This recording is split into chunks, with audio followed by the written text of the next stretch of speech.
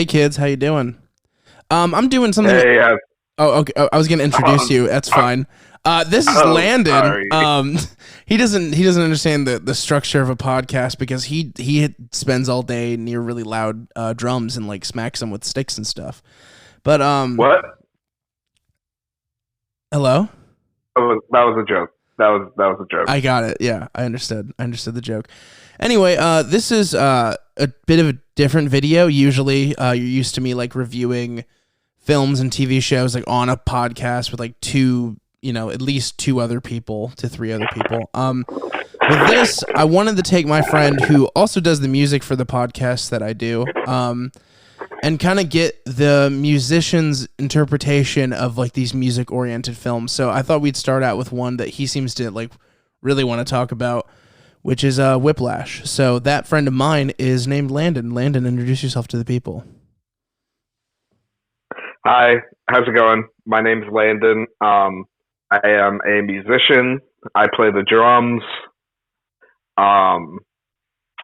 Currently finishing a degree in music in Mississippi, and just here to talk about some drumming movies. So let's talk about Whiplash. So with Whiplash, right? Whiplash, I think it was 2017, was nominated for Best Picture. Had J.K. Simmons, Miles Teller, and Melissa Benoist, and it's basically about this kid who ends up at like this really he's like the number one music college or like one of the best music colleges in the country, and he's trying to play drums. Go ahead. So, the Schaefer Conservatory is sort of like a fictitious. Yeah, I figured it wasn't. I figured it wasn't real. Or a Manhattan School of Music. It's a conservatory, and so their main focus is performing, the performance aspect of music.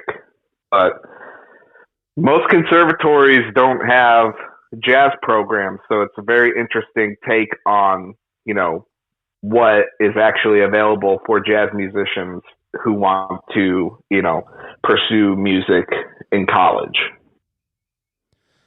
Yeah, so I guess you could kind of relate to that a little bit, but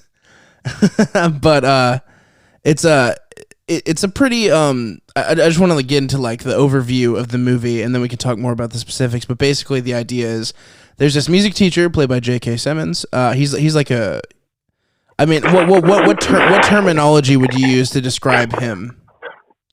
A cocksucker. Okay, he's a cocksucker, but I mean, like, what is he like a professor? What do you call like the person who's in charge of like a jazz band at like a college? Well, he's he's a jazz band director. It depends. If you go to a college like University of North Texas, for example, largest music school in the country, you have enough faculty there to have like someone who is dedicated to just doing, jazz band. You know what I mean? Most of the times, like here in Mississippi, my director, he also is the professor of jazz saxophone, for example. So sometimes in programs, you'll have people do multiple roles, but it seems like the way they're trying to portray the Schaefer Conservatory is that he only does the top studio band. He's like the director of the studio band. That's his job description.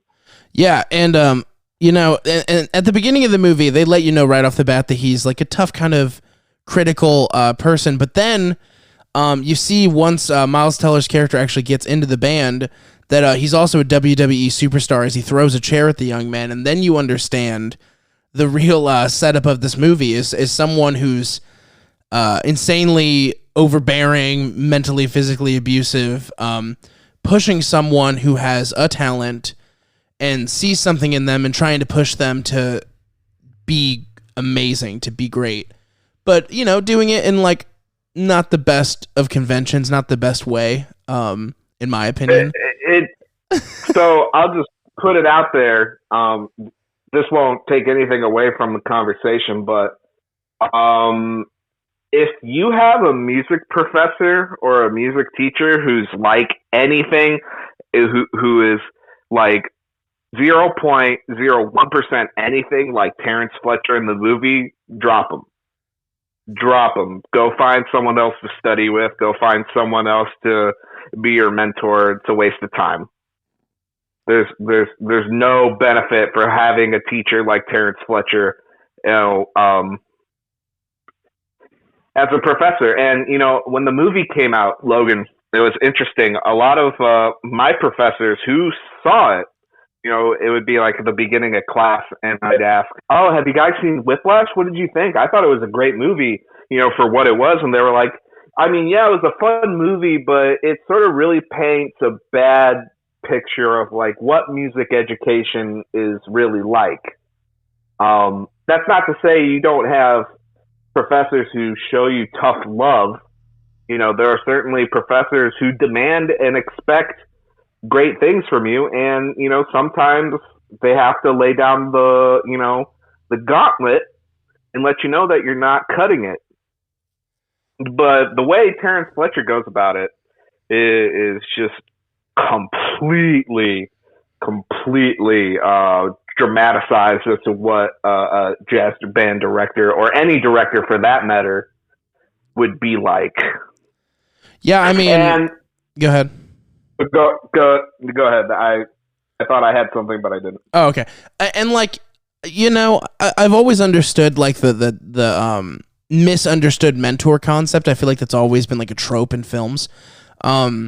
So once you take it on a more base level of what the film is, once you remove like the music from it, like in the sense of like the culture behind it, when you just look at the movie as bare bones and what it is and the models of the characters, this story is really effective as far as like redemption goes. Like, yeah, I think it's a redemption story. Yeah, and it really shows like the things that people are willing to do to accomplish like what they're trying to accomplish. I was really interested also by like a lot of people have seen this movie and they're like, man, J.K. Simmons in this movie, Terrence, you said Fletcher, was that his last name? Yeah, his name's Terrence Fletcher. I couldn't remember the name for these characters at all. But Miles, everybody talks about how he's such a dick, but like Miles Teller in this movie is like, his character's also a fucking dick. Like, oh, absolutely. Like absolutely, he is. Like so pompous. Like I wouldn't. I'm not going to be this kind of this kind of that. But I mean, when you meet truly like people who are like great at their craft, whether it be comedy or music or anything like that, there is always that person, or at least that like archetype that like totally is prevalent. And like if you go to a music school, there's going to be someone who's super douchey about music. Or if you go absolutely to like work on a play or do stand up or whatever, like even me and Landon used to have a band, by the way, fun fact. Obviously he's gotten much better since our band, because I would not call him a great drummer back then, but I wouldn't call myself a great singer either. But I sucked. Even in that context of like we were a shitty local band, there were other shitty local bands that were worse than or just as bad as us that thought they were hot fucking shit. It doesn't matter what level of like artistry you're going into. There's always that element of like, oh, I'm like totally fucking above this, blah blah blah. Do you feel like they captured that correctly as far as like a music student goes? Like, do you know people like Miles Teller's character? Oh yeah. Maybe not exactly. Maybe not exactly like Miles Teller, but definitely people. Yes, there are people who come to music school with inflated egos, and I think either people learn that they're not as hot as they think they are, or they just continue to have an inflated ego because people pat them on the back for being so good. Yeah. Does that make sense? Definitely. I think that's always an issue. I feel like because it's hard. It's no matter where you go, it's hard if someone's coming in, playing their parts correctly, you know, coming in prepared, knowing their music. It's very difficult for a professor to come out and I guess discipline them in such a way where it's not like sports. Yeah, I think, for example, I think the big thing is, not to interrupt you, but I just want to make this point. I think the hard thing to do is just like, you can't teach, like, you can try to teach somebody to be humble, but that's something that they have to have done to themselves. They have to have something that humbled them if they're truly so far up their own ass. And the issue is that there are people that are incredible at music, and then they really aren't ever humbled until one day their big heads get in the way of like a great opportunity or a learning opportunity, and then they're left behind. Because that's the number one thing is, like, if you want to get anywhere, and I think that this is something the movie kind of ignores a little bit, is if you really want to get somewhere, you also have to be humble.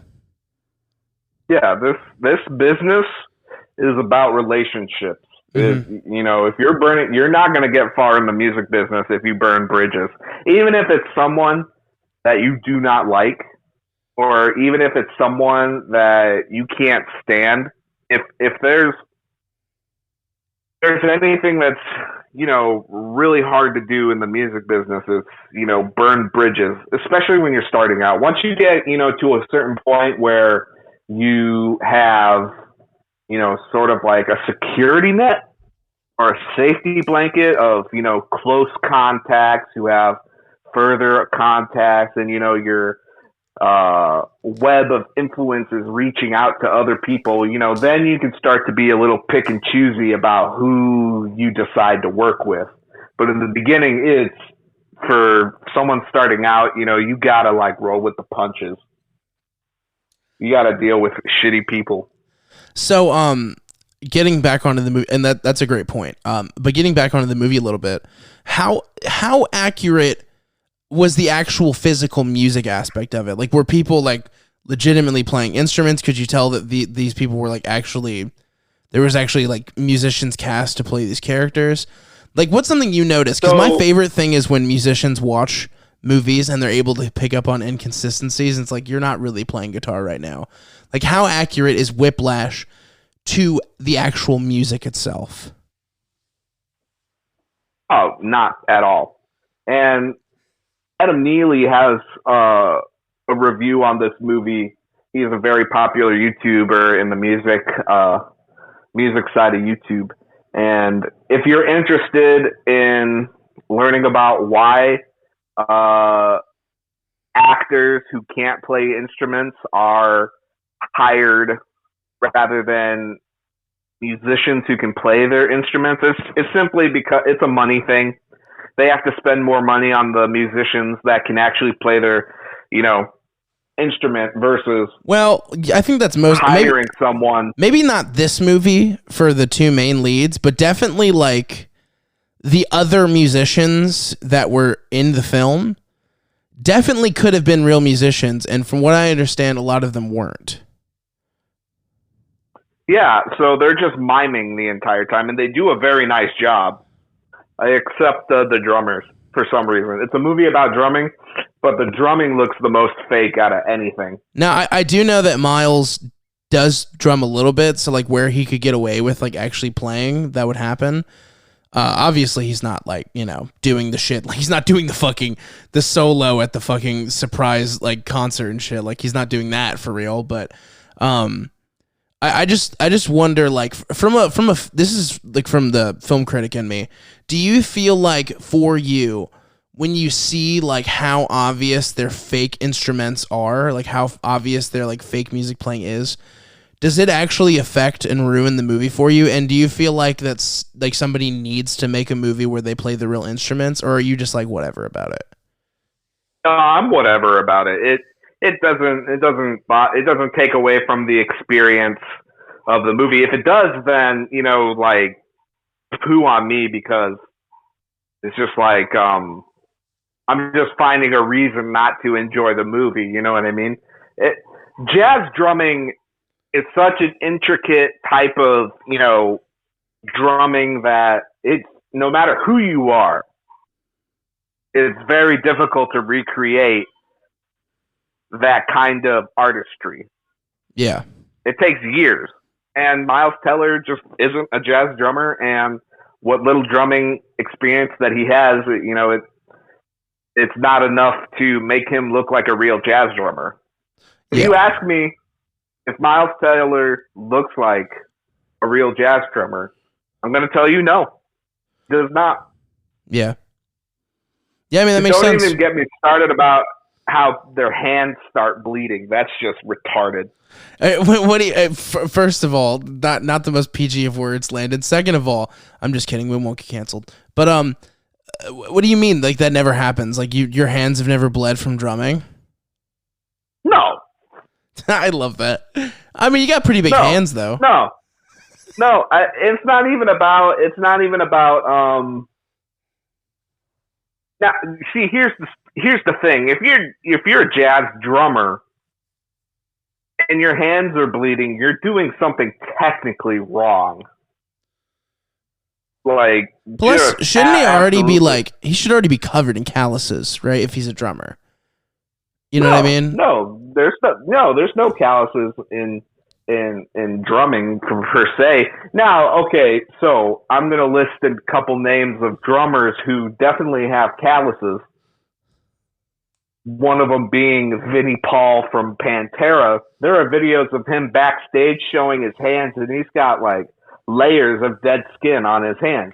Now, he hits harder than an MFer, he hits the drums really hard with baseball bats. Wait. Are you saying, were you silencing motherfucker?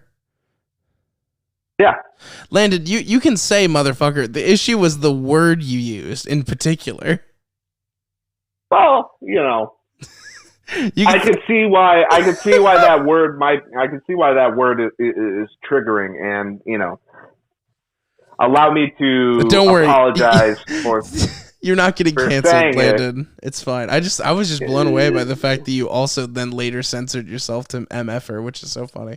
But that's me learning. Maybe I should be I don't want to turn people off from the podcast, but just so you know, this is something I'm very passionate about, and I'm not really thinking as I'm going. I'm just for sure, speaking. Yeah. Landon is what I would call a professional reviewer for this in particular, because he just has more than I have in order to accurately review the music itself. But so another question. In regards to the whole music, is there a hierarchy of different bands in college, and is it competitive? So I'll use the University of North Texas again. If anyone who's a musician in school who listens to this podcast, you'll know that the University of North Texas is the largest music school in the country. And they have many jazz bands. I can't give you an exact number, but I know it's around 10 to 12 big bands. And they're not having any problems filling those big bands. So, and for people who don't know, a big band literally means a big band. So you have 17 players, max, even 19 players maybe, for each part of the big band. And they have the 1 o'clock band, which is the top band, the 2 o'clock, the 3 o'clock, the 4 o'clock. It's not very creative. You get the gist. It goes from 1 to, I think, 9, and then there's no special names. Yeah, no. That's hilarious. For example, this a couple semesters ago, actually this time last spring, I was in a group called, actually last fall, I was in a group called the Tried and True Trio. There have been groups in my school called the Artful Art Blakeys, kind of punny. It's kind of punny, but, for the most part, they had names, but when you have a school that big, it's really goes into like making names. I don't know why it's called the 1 o'clock band or the 2 o'clock band, but that's how they divvy things up. It might be how when they play things, right? Am I wrong? Sure. In like a huge concert, would they play in? Well, I guess not, because the 1 o'clock one's the number one band, right? Yeah. The 1 o'clock is playing very difficult music, but so is the 2 o'clock. And so is the 3 o'clock, and so is the 4 o'clock. And obviously the difficulty, gets lighter and lighter as you go down. But usually those bands, as you move up the ranks, comprise of musicians that, have certain skills polished, Yeah, they're instead of being like a jack of all trades, they're like good at their very individual thing, right? Is that what you're saying? Sure. Yeah, maybe that may be the case, but maybe the musicians in the 1 o'clock band, they are the more mature players, but have more experience playing in a big band, have more experience playing with people that are of the same skill level or greater than. The drummer might be very solid on reading charts or technique. It all just depends. And he might, understand harmony, and that can play a big part into, the deciding process, who gets to be in the band. Now, are there any as cutthroat as in Whiplash? It's the same across the board. Are there any as cutthroat in Whiplash where it's essentially like you moved up to like the number one band, and then like one missed rehearsal or one fuck up at practice could end you up being kicked out of the band? Have you ever heard of, has anybody like really been dropped because they just weren't keeping up? Like not in a dramatic sense, like, oh, get out of here right now. But did you see someone like reach a point and then because they reached that point, they just like started to crumble and just like fell out? Like, is that something you see in performing and dealing with all these bands and like being a part of the community? So I wouldn't say that you've got, for me, from my experience, you got to really just be a lazy dude a lazy person to, get that kind of treatment. You're not cutting it, you're not holding up to the standard in which has been set, and we're going to have to let you go. Yeah, no, I've seen people get let go from bands, and that's just how it is, man. In the real world, here's what happens.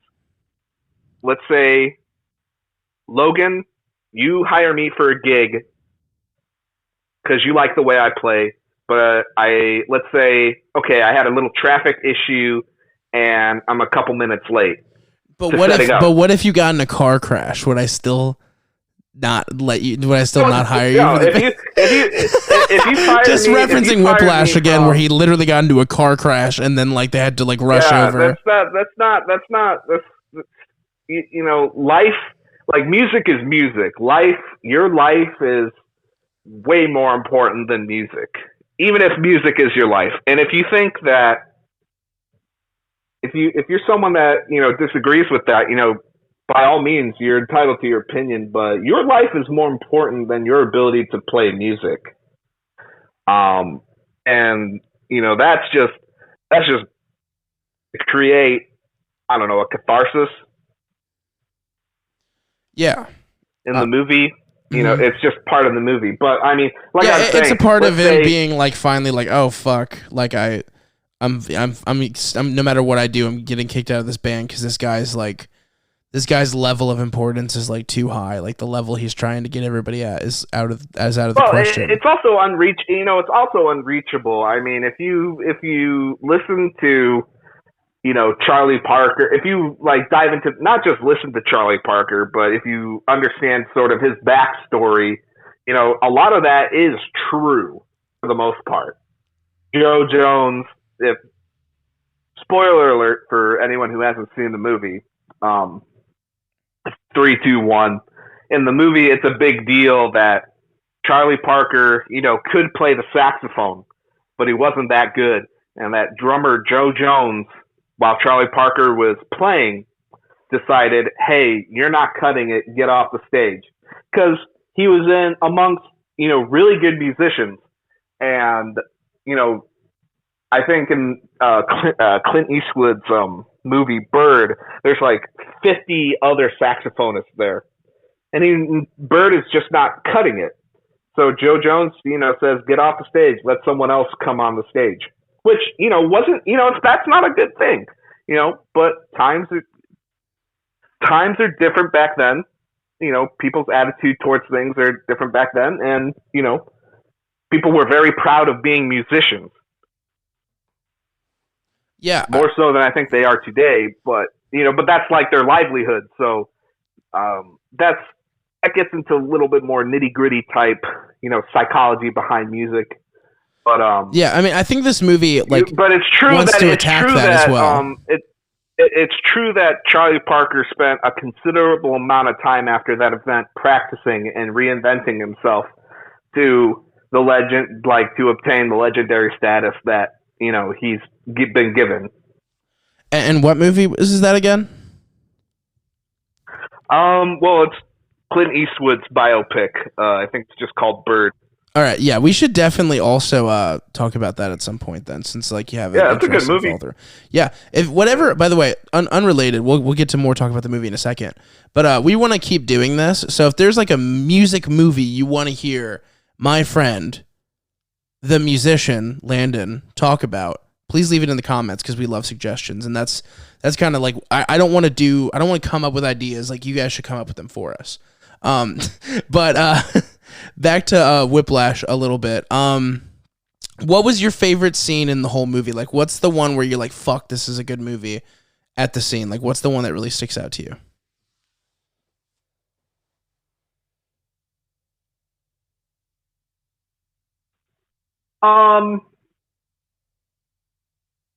Oddly enough, the dinner table scene.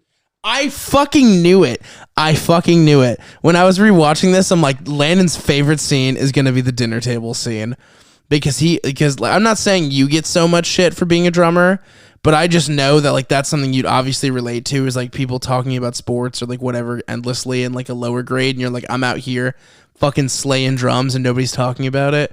I knew that's exactly what you'd say. I knew that'd be your favorite scene. Yeah. The drum solo at the end, would be I think at some point in everyone's life, and I wholeheartedly believe this because I've lived through it, and I'm sure everyone else who has played the drums has lived through this. We all want to achieve that one drum solo that stamps us. It's I don't know who it is. I don't know if it's God or the drummer who invented drumming, the caveman who invented or the drumming, devil, or the devil for that matter. I don't know. It's this drum solo that gives you this seal of approval that all the time you've spent in the practice room and all the time you've spent schlepping gear and building relationships and having to live from gig to gig to gig, only making $50 a night, $75 a night, $100 if you're lucky. Have this, big moment where it's your moment, you're showing off what you can do, and everyone's like, damn, this is the shit. Yeah, I mean, that drum solo, I mean, obviously the pinnacle of the movie, the moment where J.K. Simmons' character and Miles Teller are finally on the same page, where it's you're meeting the excellence that I want, and I'm here. It was the first time in the movie and the only time in the movie where you saw J.K. Simmons, as dark and fucking twisted as his character is, he was this is what I've been waiting for. This is your moment. This is your greatness. I'm here to accompany you with it. He's there helping him, directing him in that moment where he's having this amazing fucking drum solo. And that's a really great scene. And I think that's the one that always, like, people always talk about is, like, the drum solo in Whiplash is, like, the greatest scene in the movie. And you could say that. I really like this underrated scene where he goes and he breaks up with his girlfriend, Melissa Benoist, played by Melissa Benoist, where he's basically like, I don't fucking have time to, like, be with you, like, or be around you. And it's like, that's the moment where you really saw, like, not just his narcissism, like, take a play in, like, his personal life, but also, like, the effect that J.K. Simmons' pressure put on him to where he felt like he couldn't even, like, have a girlfriend because he's so busy drumming. And yeah, that's relatable in some ways. I know there are people out there who generally, like, have ended relationships over college and stuff, and, you know, that's totally real, and I'm not trying to diminish how people feel that way. But I think it's so fucked up that he was, like, really happy that he got to talk to this person, and then he squandered his chance, and it was all because of the amount of pressure. So what I want to say about that, and what I think the movie wants to say about that too, is that if you're putting that much pressure on an artist, I think that positive reinforcement is a good thing too, because I don't think that character would have done that thing if J.K. Simmons' character even once had said, oh, that was a really good job. Like, it costs you nothing as a person to share, respect, compliment, like, not, like, encourage an artist. Like, to discourage an artist could be that the moment where you just stop somebody from becoming, like, the next Elton John or the next, like, Dave Chappelle. When you, like, don't like, when you just, like, say something negative, like, why are you trying to do that? Why are you trying to, Landon, why are you trying to go to school to be a drummer? Like, Logan, why are you trying to do podcasts? People like that are possibly killing somebody who could make something really great. So what I say to everybody, and I think what Whiplash was trying to say too, is that you should always encourage artists. You can be honest. You can say, like, that wasn't good if it wasn't good, but if they were good and you're just being a hater, like, fuck you. Like, you don't know the kind of damage you can do, and you don't know how much it could mean if you just tell somebody, hey, I think it's really cool you're trying to do that. It means the world. Yeah. No, yeah. You know,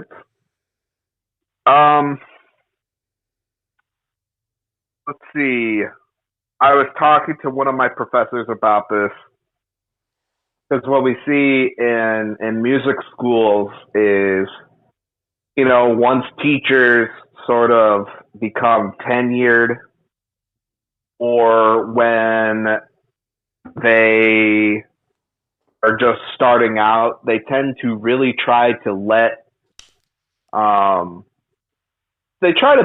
build this, like, I think you're the shit type of mentality, when really you're not. So I call it, like, people who look for validation versus affirmation, which are, you know, being validated and being affirmed are completely two different things. Absolutely. That is 100% true. You know, but, like, they both, it's weird because it can come off as, like, almost being, like, the same thing. I call it, like, you know, getting pats on the backs, you know, for, you know, Terrence talks about this in the movie about, you know, telling people, you know, it's detrimental to their career if he tells people, you know, good job. And I don't necessarily believe that to be true, but there comes a point where you as a teacher are failing the student because you are validating, you know, you could be a good player, but maybe you're holding yourself back because you play in your comfort zone, or because you play with people who aren't better than you, and you're playing with people who are not as good as you, and you feel like you're... Yeah, like, to me, a statement like that isn't discouraging. It's more of what we were talking about, where, like, it is criticism, and it's good criticism, but at the end of the day, if you're telling somebody, I think you can play better, but you're not trying hard enough, or I think you're not playing with good enough people to make yourself better, that's basically saying, like, it's in you. You just need to redirect your energy. You just need to try harder, or do this or do that. But you're still saying it's in you. And that's the key. You can't just be like, oh my God, you're the greatest. But you also can't be like, why would you even try to do this? And people act like, oh, that's such an obvious statement to make. Of course, you need to be in the middle.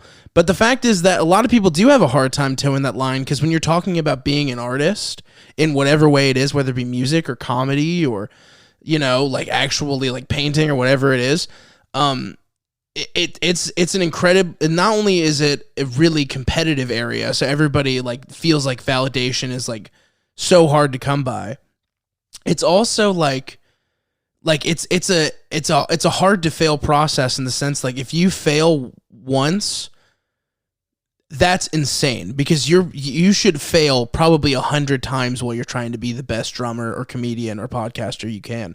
And it's important to have validation, but to not be encouraged like, oh, like that you think you fucked that up, well, you actually didn't, you were amazing. Like, no, things need to be truthful in order for people to grow and improve as artists. And I think that that's something that like the characters in Whiplash did not represent, like it didn't show like if you were Miles Teller and every day you were getting chairs thrown at you and told you're worthless, like, yeah, you may be hungry to still be a great drummer, but like you might have also just discouraged somebody who was told their whole life they couldn't do it. They walked in the door, you instantly said they couldn't do it, and now they're never going to have the chance. And unfortunately, man, here's the reality. Like, that's where, like, that's where people, there's some truth to it, unfortunately. There's some truth to it. If you can't take criticism, and if you can't, but that's what we're distinguishing. Like, criticism is not the same as saying someone is fully incapable or shouldn't try at all. That's not criticism. Yeah, I see what you're saying. I see what you're driving. J.K. Simmons in this film isn't criticizing people. That's just fact. I mean, when he says I only brought this other drummer in to inspire you, what he's saying about that other drummer is he's like, that fucking dude could never hold a candle to you ever. And maybe he's right, but that's not like factual 100%. Like, he doesn't know for sure, because that person's their potential is unlocked. You never fucking know. Yeah, I see what you're saying. I do agree. But at the same time, there are people who just, I call them people who don't want to hear it. I think there are people who don't want to accept the truth. And here's something. I don't think it's anyone's place to tell anyone that this isn't for them. If you're trying and you're trying to get better and you're getting better each and every day, 1% better than you were yesterday, like, as a teacher, I would be proud of you. Yeah, I mean, and it's also about, like, just because someone doesn't have the potential to become, like, let's just say, like, the greatest drummer of all time. Let's say someone wants to be, and they don't have the potential. That doesn't mean that their rise and their grind and their push isn't worth having. If you drummed every day of your life and you committed none of it to professionalism, and you did it because you just wanted to get better every single day, like, that's incredible and valid. You see what I'm saying? You don't have to be the greatest drummer ever. You don't even, I mean, like, sure. I think that it's a very poor mindset. It's a very poor mindset to have, because at the end of the day, we're mortals. Okay. Buddy Rich, they mentioned Buddy Rich a lot in, they mentioned Buddy Rich a lot in the movie. I do have some things to say about Buddy Rich later, which I'm sure someone in the comment section is going to be like, "Oh, Buddy Rich was this drummer who was a band leader." And why don't you just go ahead and say it now? You're talking about the other review, right? And like, you're going to mention. So go ahead. After this point, I mean. Oh shoot! Lose your point. Lose your state of mind. Lose your train of thought. Yeah, I did. It's so easy to do. We were talking about potentialism. We were talking about, like, a crappy mindset. and like people obsessed with like Buddy Rich. So wanting to be the world's greatest drummer. Hey, this is actually, can you give me like a moment? I'm going to read a quote from a book. Is this okay? Yeah, that's fine. I'll just real quick. I'll be right back. I'm just gonna promo my other pods real fast. If you liked listening to this, which we're gonna get, obviously we're not over yet, but I'm just saying this, in time. But you can check out my other YouTube channels. You can check it out youtube.com/crosscutcinema. Me and my friends review films. We haven't really done anything super music heavy. I think that just happens to be like coincidence, but like I think I'm mainly gonna do music stuff on this show. You can also check out A Pilot Podcast, youtube.com/A Pilot Podcast, where me, Franny, my fiance, and recording artist and pop star, CL Blue, review television shows, everything from anime to foreign TV to sitcoms to soap operas. We do everything. And what we do is we review the pilot episode, and then we tell you based on that pilot episode whether you should continue watching the show or not, without any spoilers about the rest of the show. So yeah, if you're into that, that's something you can check out too. Where are we at on the quote, Landon?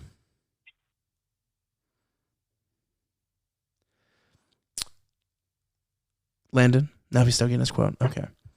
Let's see here. Here, I'm just gonna pause real fast and then I'll start it again once we are good there.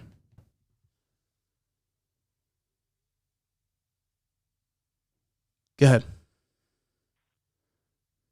So I couldn't find the book I was looking for, but if you're interested in picking it up, it's titled The Art of Bop Drumming by John Riley. He is the drum set teacher at the Manhattan School of Music, one of the leading educators on drum set. He has a quote. I'm going to paraphrase because I don't remember the exact quote. But he has a quote in his book where, wanting to be the world's greatest drummer is a commendable, goal. But you have to think realistically. You have to kind of narrow down your goals to a more realistic, pursuit. Because if everyone wanted to be the world's greatest drummer, then we wouldn't have all the drummers. I wrote a paper on this, my sophomore year called the Buddy Rich effect, where there was a period in time where Buddy Rich was so popular that everyone wanted to be like Buddy Rich. And if that notion were to have continued, we wouldn't have great drummers like Steve Gadd, Dave Weckl, Vinnie Colaiuta, Dennis Chambers, Daphnis Prieto, and many other drummers who, don't do things exactly like Buddy Rich, but, have developed their own signature on the drums and have developed their own following as drummers.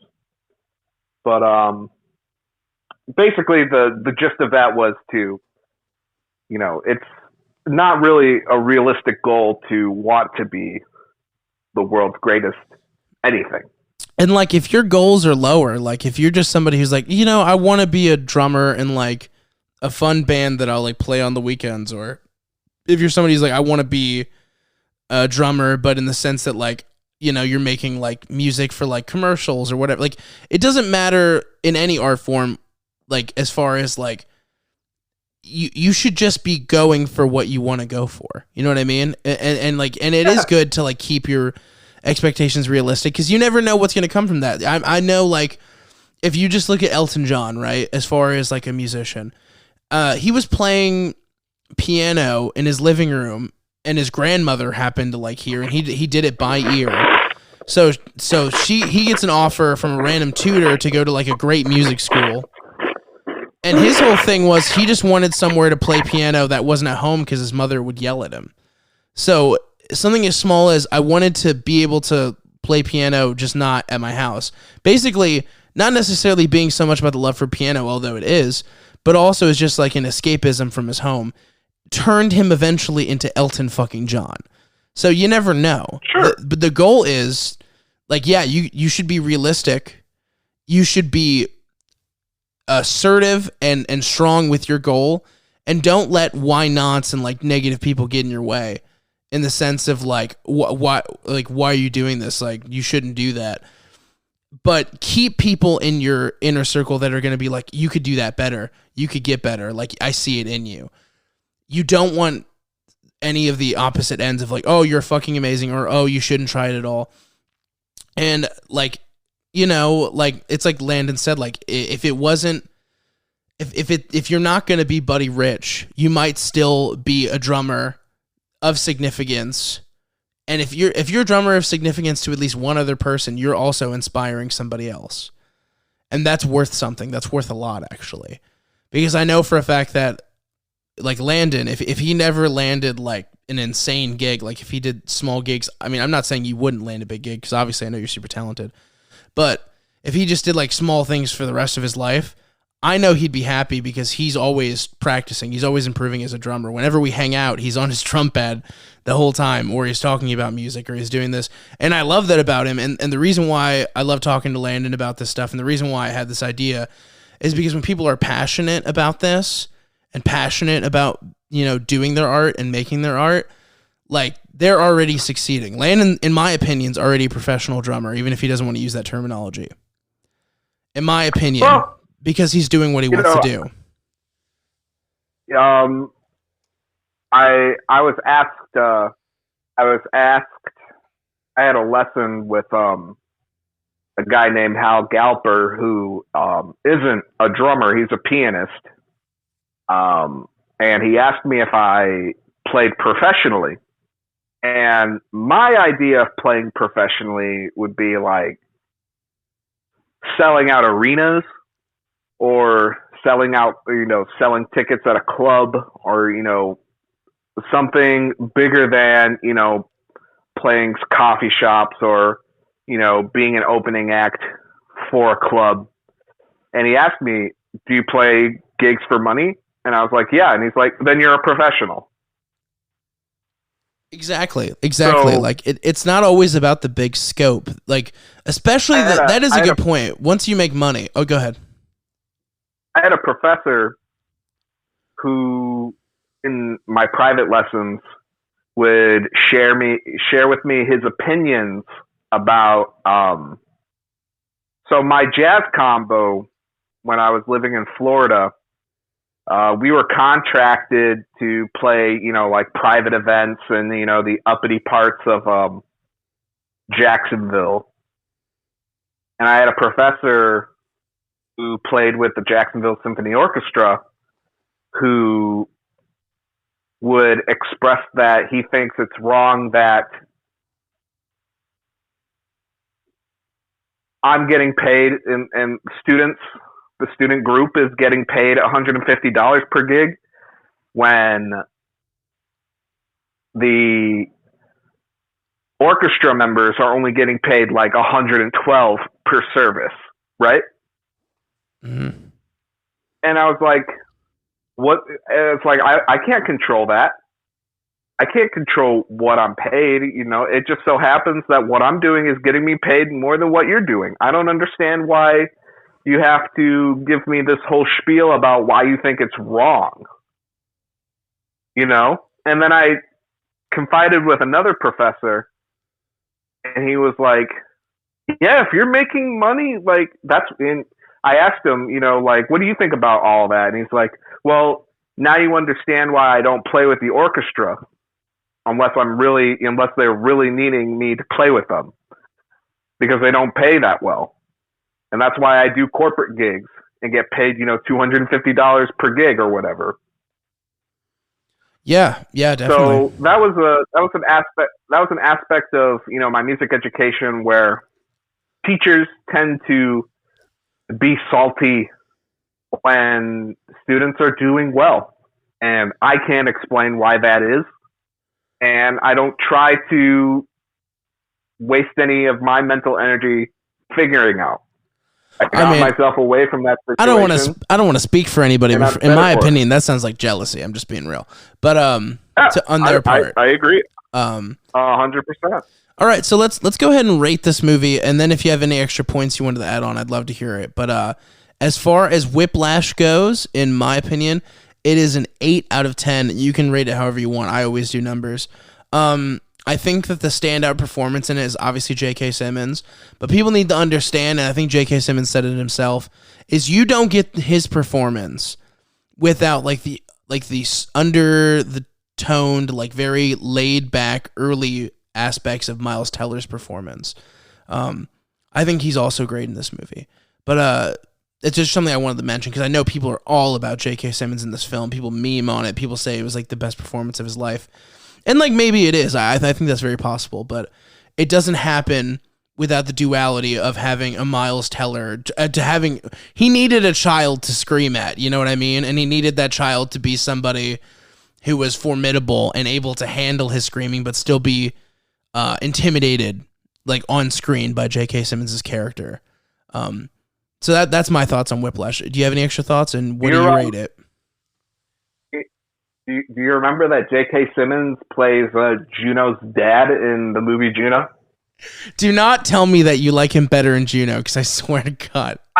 No. The performance is completely, they're unmatched. But it's funny to me that like my first introduction to J.K. Simmons was his ability to convey love and compassion for his child, and then he could turn it around. That he's a formidable actor. He's incredible. I didn't even think about that. Good point. The fact that he can go from, a loving father to your worst nightmare is just outstanding. And I know it's not music related, but I think we should also 1,000% cover Juno, since I don't know if it is still your favorite movie, but it definitely was your favorite movie for a long time. Well, I'm not going to lie. I had a crush on Ellen Page before I realized that, she was lesbian. Yeah, or actually Elliot Page now. Oh, that's just crazy. I don't keep up with anything on the internet. Yeah. Just so you know, it was like a pretty bombshell thing. Ellen Page is now Elliot Page. Just throwing that out there. Had the surgery and everything. But obviously Landon is literally not involved in looking at any sort of pop culture, not jazz related, because his whole life is drumming. So he doesn't. I mean, that's not. I have other interests. I like to cook. I watch. But none of them are related to pop culture, is what I'm saying. Yeah. That's just not your culture, vibe. I have a very strong opinions on pop culture, but in terms of Whiplash, I give it a 7.5. Nice. Is there anything else you wanted to talk about with the movie? No, I thought we would get to talking about Adam, talking a little bit about Adam Neely's review of the movie, but in the comments below, if you want to hear, the next movie we're going to do is The Sound of Metal, which is very much a completely different movie, but drumming has something to do with it. If you want to hear in the beginning of the podcast, my opinion, real quick about Buddy Rich and Adam Neely's review on Whiplash. If you want to just give it now, we have time. I'm out of questions. I feel like I've said everything I need to say. If you want to give it now, we got time. I mean, we got a good amount of time if you want to go over it real fast. Yeah, so I'll just make it quick. Go for it. The people who talk the most shit about Buddy Rich are people who don't know him, who were born decades later than him, and or have been fired from his gig. So you ask those people what Buddy Rich was like, they'll say he was a monster. You couldn't work with him. He wanted things his way. It was his way or the highway. Things like that. You hear these legendary bus tapes on YouTube of Buddy Rich scolding his band. here's the thing.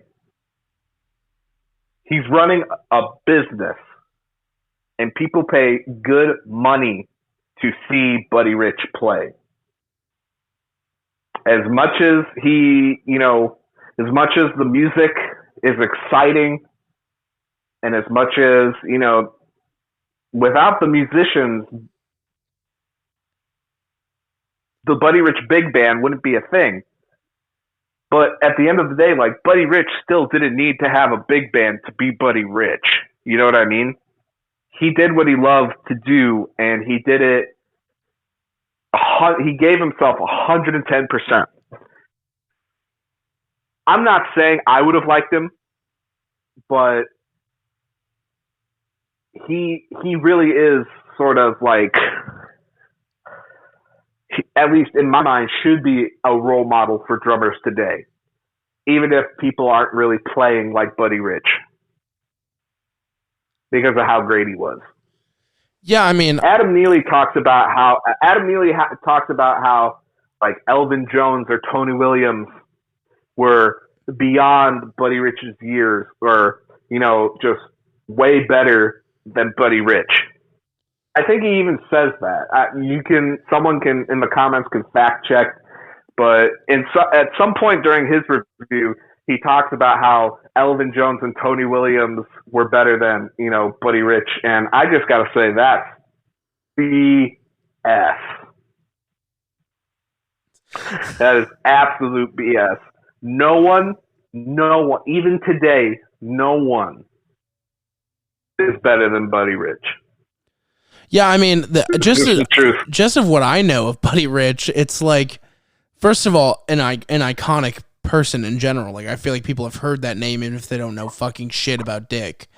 But also, there is the thing that was always told to me, even in just my music history class alone, is that you can talk all the shit you want about Buddy Rich as the person, but Buddy Rich, the brand and the work ethic is unparalleled.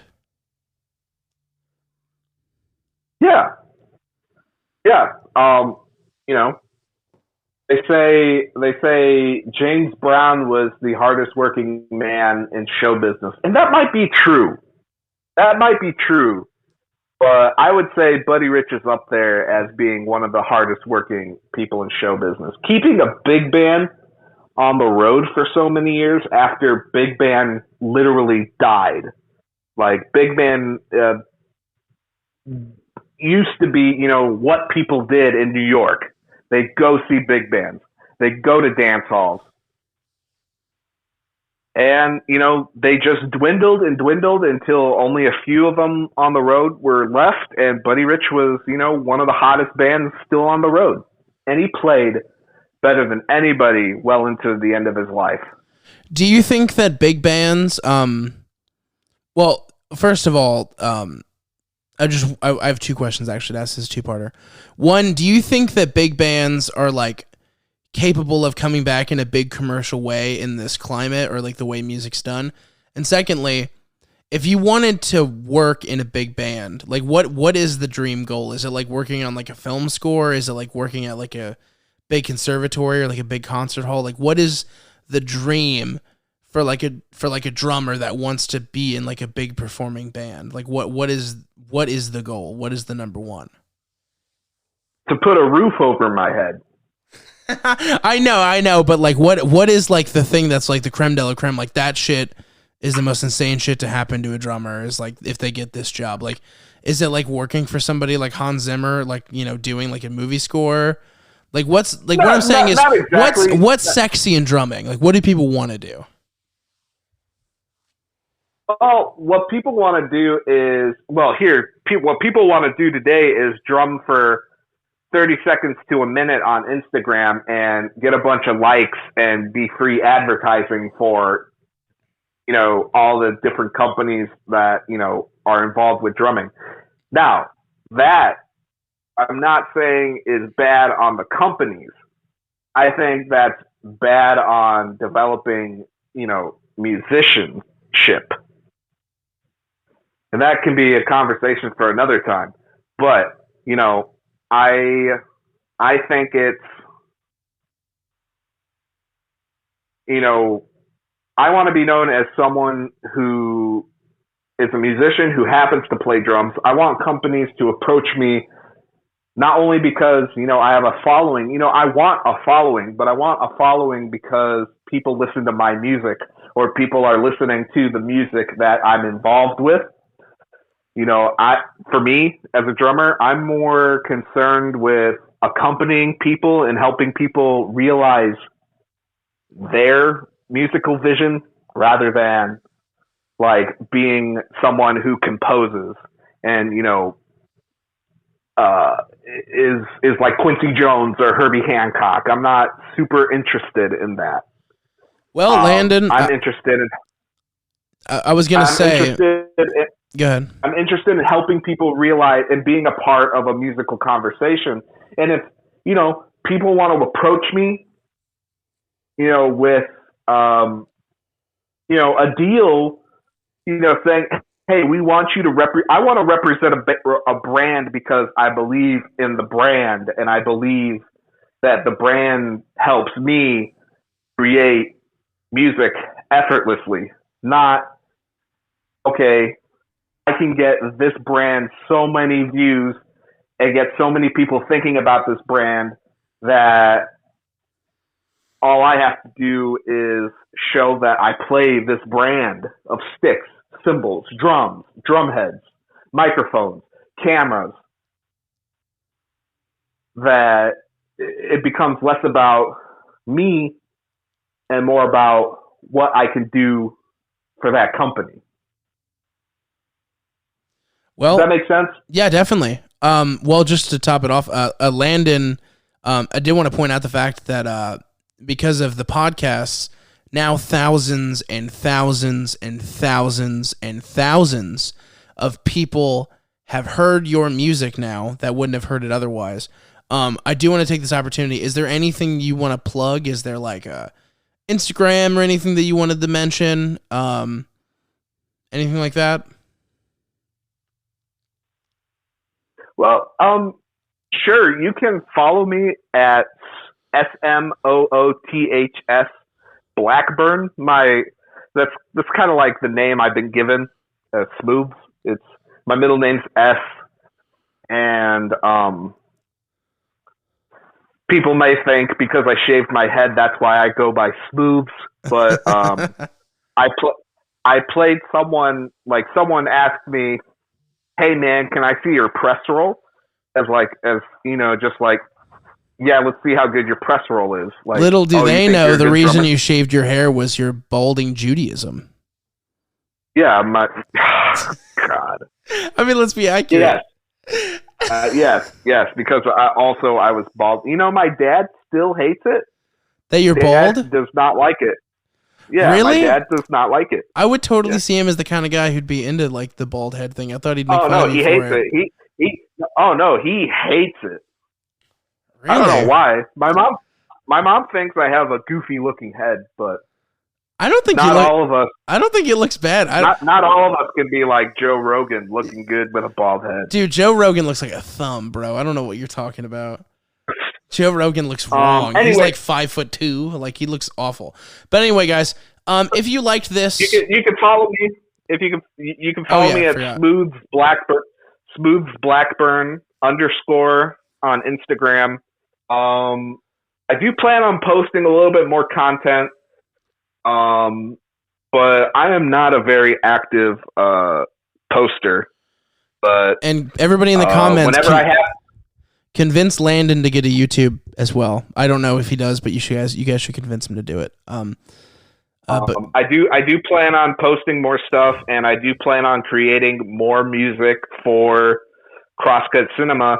And if you're interested in, if you have a, Crosscut and the Pilot podcast, just wanted to point that out. And all of our podcasts. He does the music for all of them, and it's great. If you're looking for music that is a little bit more, I guess, organic than like royalty-free music, feel free to DM me on Instagram, and we can work something out. Alrighty, guys. Be sure to like, comment, subscribe. If you're listening to this off of YouTube, please go to all my different YouTube channels. Like I said, I'll leave them in the description of wherever this is posted. I'll also leave the link that Landon mentioned. Thank you guys so much. Next time, like Landon said, we're going to be back with Sound of Metal. And if there's any other music-related films, especially films about drumming, because I feel like he's definitely the expert on that you want us to review, please leave them in the comments. We'd love your guys' suggestions. Thank you so much, guys. Have a good one.